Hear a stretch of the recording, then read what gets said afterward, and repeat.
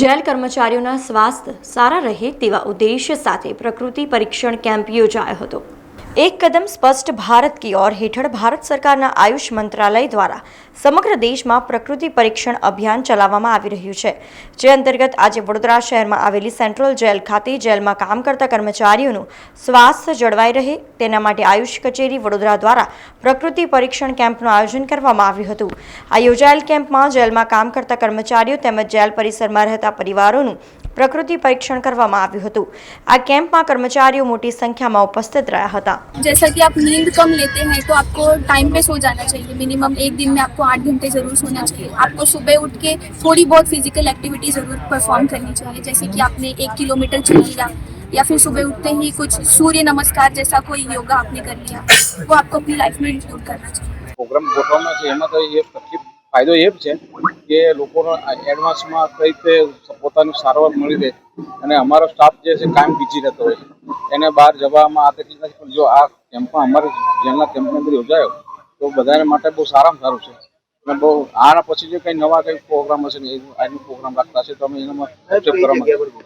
આ વડોદરા સેન્ટ્રલ જેલના જેલ સ્ટાફના કમ્પાઉન્ડમાં રાખેલ છે, એ તમામ પરિવારને આ બધો લાભ મળે છે। બહુ ઘણું ફાયદાકારક છે, કારણ કે અત્યારે જોબી જે કહે છે સમય મળતો નથી, તો સામેથી જે આપણને મળતું હોય છે તો બહુ સારામાં સારું છે, કારણ કે અમે ટાઈમ આપી શકતા નથી, પરિવારને સાથે લઈ જઈ શકતા નથી, કદાચ એને જવું હોય તો બહુ પ્રોબ્લેમ થાય।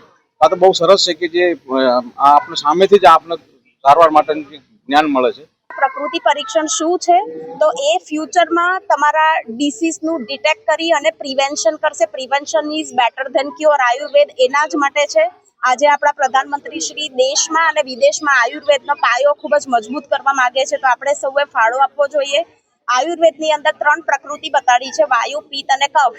તો એ 3માંથી કોઈ પણ 1 અથવા 2 અથવા 3 પ્રકૃતિ આપણા શરીરમાં હોઈ શકે છે। તો આપણો કોઠો કેવો છે તે આપણે જાણશું, તો એને રિલેટેડ આપણે ઋતુ પ્રમાણે આહાર વિહારનું પાલન કરી શકશું અને જે વાયરલ ઇન્ફેક્શન્સ થાય છે અથવા ફ્યુચરમાં ડાયાબિટીસ છે, બીપી થવું અથવા કોલેસ્ટ્રોલ થવું અથવા હૃદયની અલગ અલગ બીમારીઓ થવી કે આર્થરાઇટિસ થવું, એ બધાથી આપણને પ્રિવેન્શન મળી રહે છે।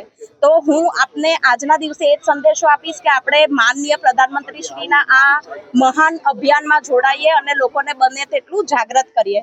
અને હું આપ સૌને આ માટે અમારી ગવર્મેન્ટ આયુર્વેદ હોસ્પિટલ જે પાણીગેટ ખાતે છે, જે ટોટલી સરકારી છે, ત્યાં અમે સૌ ડોક્ટરો નિઃશુલ્ક નિદાન અને સારવાર આપી રહ્યા છે। તો આપ આજે જ પધારો, તમારી પ્રકૃતિનું પરીક્ષણ કરાવો।